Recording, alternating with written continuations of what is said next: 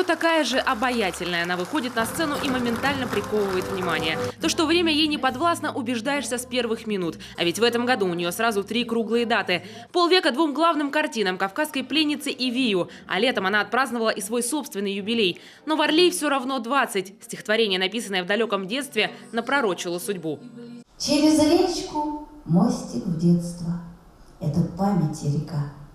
Остуди мои ладони быстротечная вода. Пусть печаль моя утонет в этой речке навсегда. И умытая прохладной, исцеляющей водой, пусть останусь навсегда я озорной и молодой. Известной она стала в 19. Гайдай увидел Наталью в цирке «Под самым куполом». Та работала воздушной гимнасткой. После чего режиссер и решил снять ее в кино, оставив позади больше 500 претенденток. Непрофессиональная актриса настолько блистательно сыграла роль, что после триумфа в фильме бросила цирк и ушла в кино. В копилке больше 60 картин и всенародная любовь. Так, ну хорошо. Я объявляю голодовку. И теперь никто, кроме прокурора, сюда не войдет. Ко мне, упыри! Ко мне, вурдалаки! Не пойду я больше в вегетарианскую столовую. Не могу я больше есть фальшивого зайца из морковки и гороховой сосиски. Листопад слушает. Что? Какие трубы? Диаметр. Актерские байки и стихи много песен, как авторских, так и известных широкому кругу. Некоторые исполнила вместе с залом.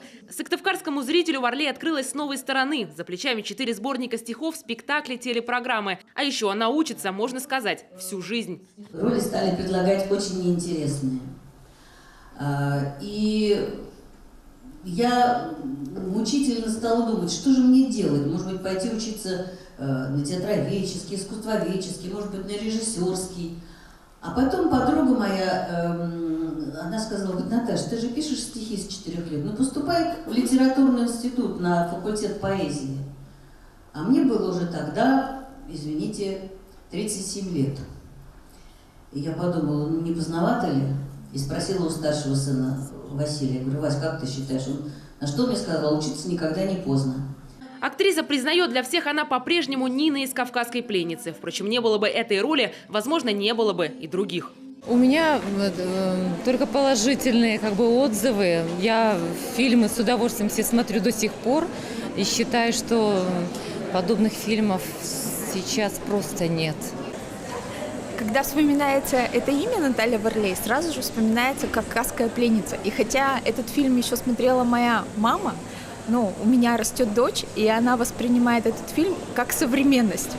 То есть так хорошо подать образы кавказской пленницы, этой активной девушки по жизни, что на многие-многие поколения она остается в наших сердцах. Но я слежу так за ней периодически, в интернете, где что, как она. Ну, уже возраст, мне кажется, ее мало и приглашает, наверное, на какие-то роли сейчас.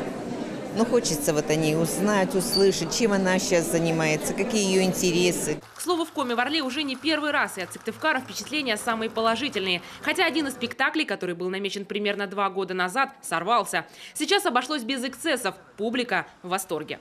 Для зрителей из коми это не просто приезд звезды, а возможность прикоснуться к чему-то очень родному. Ведь с Натальей Варлей многие познакомились, если не в детстве, то в молодости, когда впервые увидели любимую советскую комедию. Большинство посмотрело ее десятки раз и готово смотреть бесконечно. Такие шедевры живут веками, а актеры навсегда завоевывают сердца. Таисия Жакова, Дмитрий Ведерников, телеканал Юрган, Сыктывкар.